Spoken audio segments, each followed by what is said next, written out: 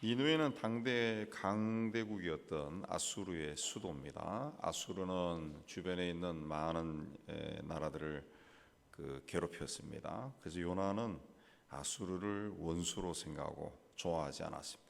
근데 하나님께서 그런 곳에 가서 말씀을 전하라고 하니까 도망을 쳤습니다. 1절에 보면 두 번째 하나님이 또 그에게 나타나서 말씀을 하셨다 그랬습니다. 도망쳤다가 물고기 뱃속에서 물고기 먹이가 되었다가 물고기 뱃속에서 자신의 불순을 깨닫고 회개하죠. 그래서 두 번째로 임하셨을 때는 3절에 보면은 여호와의 말씀대로 일어나서 니느웨로 갔다 그랬습니다. 니느웨는 사흘 동안 걸을 만큼 하나님 앞에 큰 성이다 그랬습니다. 그러나 요나는 니느웨 사람들이 자신의 메시지를 듣고 구원받는 것을 별로 원하지 않아서 사흘을 다녀야 되는 큰 도시에서 4절에 보면 단 하루만 메시지를 전했습니다. 그것도 40일이 지나면 니느웨가 무너지리라. 누가 왜 니느웨를 멸망시키려고 하는지 설명이 없습니다. 그냥 40일이 지나면은 니느웨는 무너질 것이다. 그렇게만 전했다는 거죠. 무너진다. 니느웨 백성들 입장에서는 어떤 사람이 나타나서 이 성이 멸망한다 그렇게 선언했다는 거죠. 근데 니느웨 사람들은 요나의 이 선언에 즉각적으로 반응했습니다. 5절에 보면은 하나님을 믿고 금식을 선포하고 높고 낮은 자를 막론하고 굵은 베옷을 입은지라 그랬습니다. 굵은 베옷을 입었다라고 하는 것은 베옷은 고대 사이에 자신의 죄를 깨달았을 때 하나님 앞에 돌아오는 것을 표시하는 건데 그걸 이제 뒤집어 썼다. 베옷을 뒤집어 쓰고 제 위에 앉았다. 그 일이 니느웨 왕에도 들렸다. 이 소문이 니느웨 왕에까지 들어가니까 왕도 보좌에서 일어나 굵은 베옷을 입고 제 위에 앉았다. 그랬습니다. 아수르 제국의 왕이란 사람이 하나님 앞에 무릎을 꿇은 겁니다. 무릎을 꿇었다. 그리고 이제 조서를 내립니다. 조서 백성들로부터 시작된 회개가 왕에게까지 전파되고 그다음에 온 나라에 회개 운동으로 일어나는 겁니다. 짐승까지. 그래서 아무것도 입에 대지 말고 먹지도 말고 물도 마시지 말라 그랬습니다.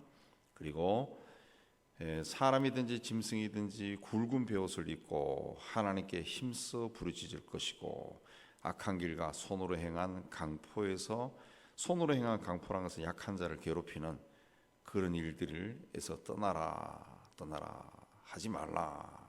그러면은 하나님의 뜻을 돌이키고 진노를 그치사 우리가 멸망하지 않게 하시리라. 그렇지 않을 줄 누가 알겠느냐? 하나님께서 계획을 돌이키실 수도 있지 않겠느냐 그랬습니다.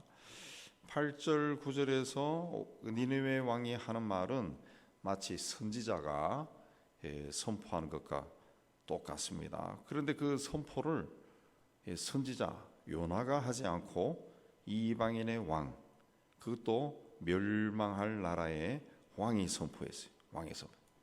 좀 희한한 일이 일어나는데, 근데 니느웨 사람들은 그 말을 듣고 회개 운동이 일어났다는 거죠.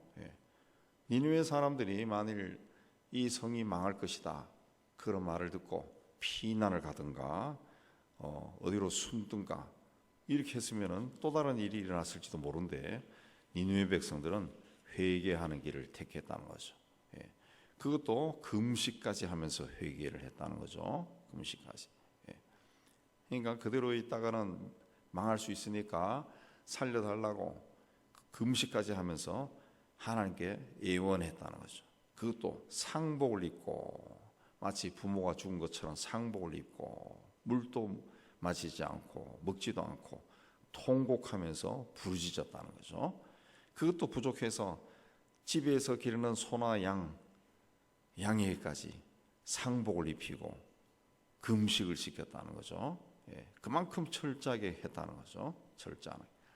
회개라고 하는 것도 사람들이 많이 참여하면은 하나의 운동으로 번집니다. 운동으로. 니느웨 사람들은 사람만이 아니라 짐승들까지 회개에 동참시켰다. 예.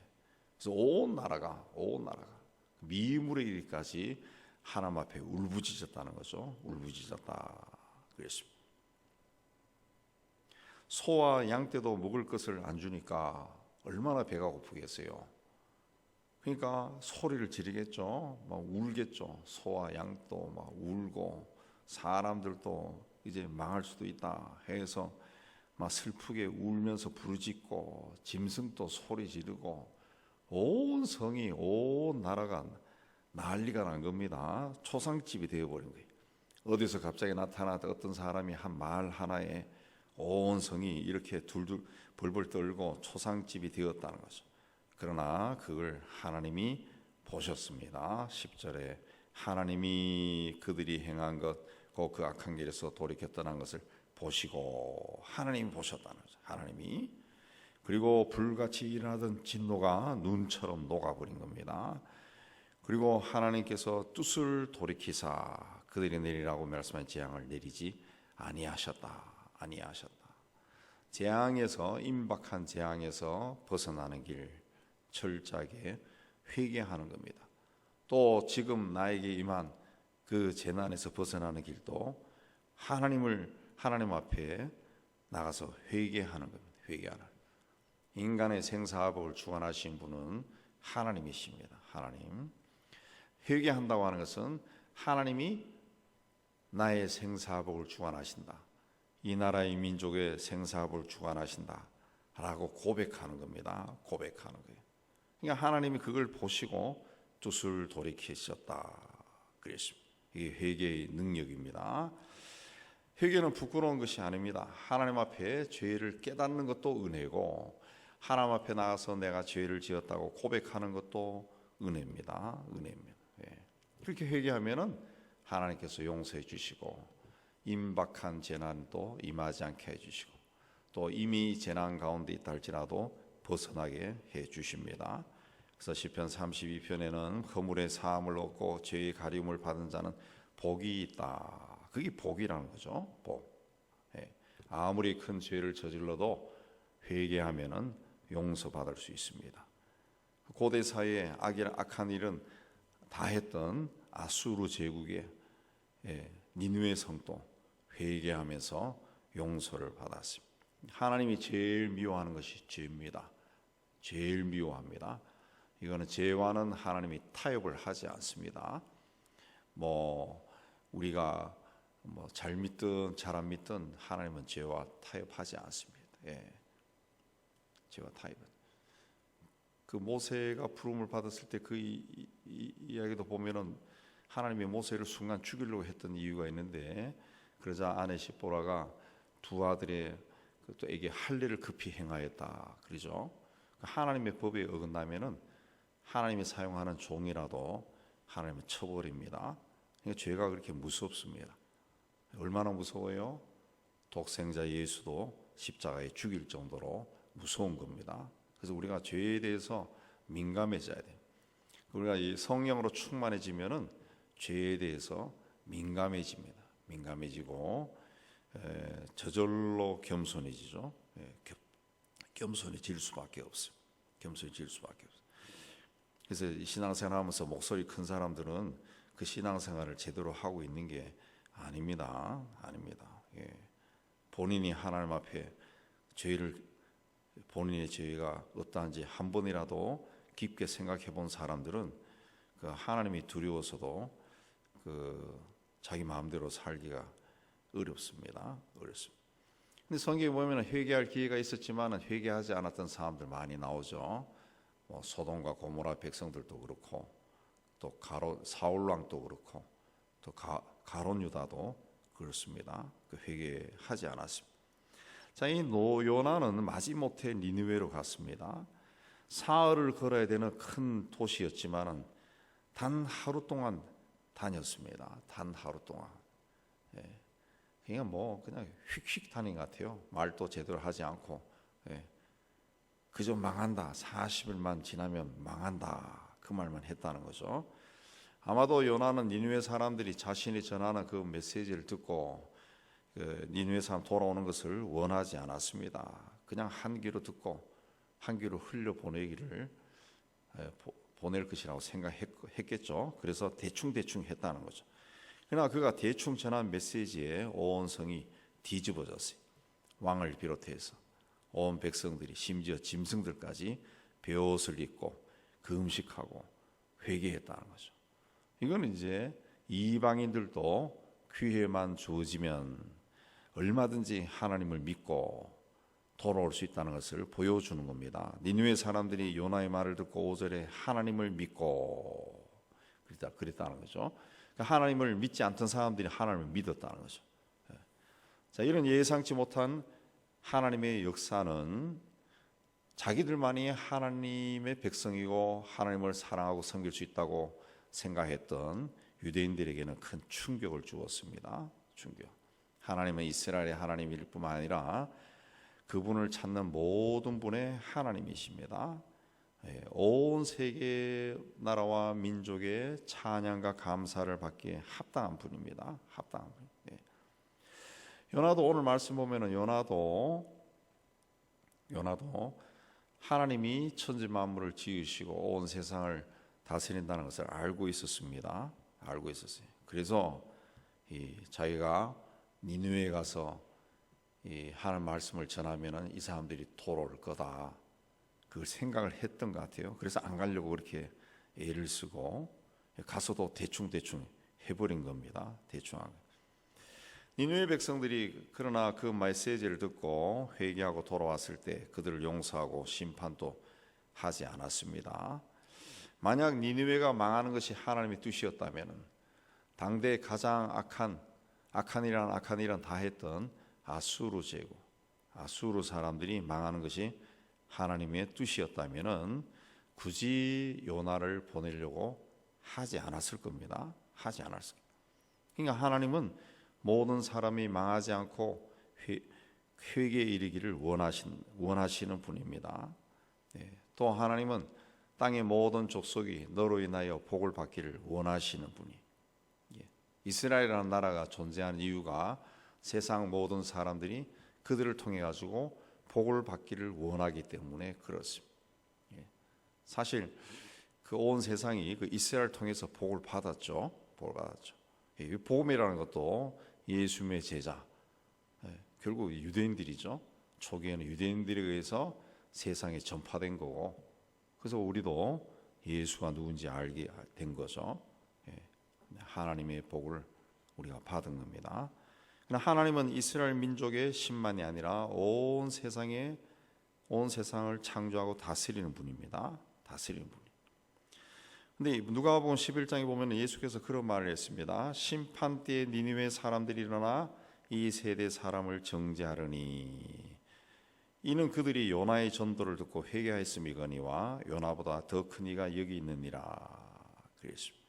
예수님은 하나님의 독생자로 사랑과 긍휼이 크신 마음을 가지고 백성에게 구원의 메시지를 선포했습니다. 그런데 유대인들은 요나보다 더 크신 분이 자신들 눈앞에 있는데도 예수를 영접하지 않았다는 거죠.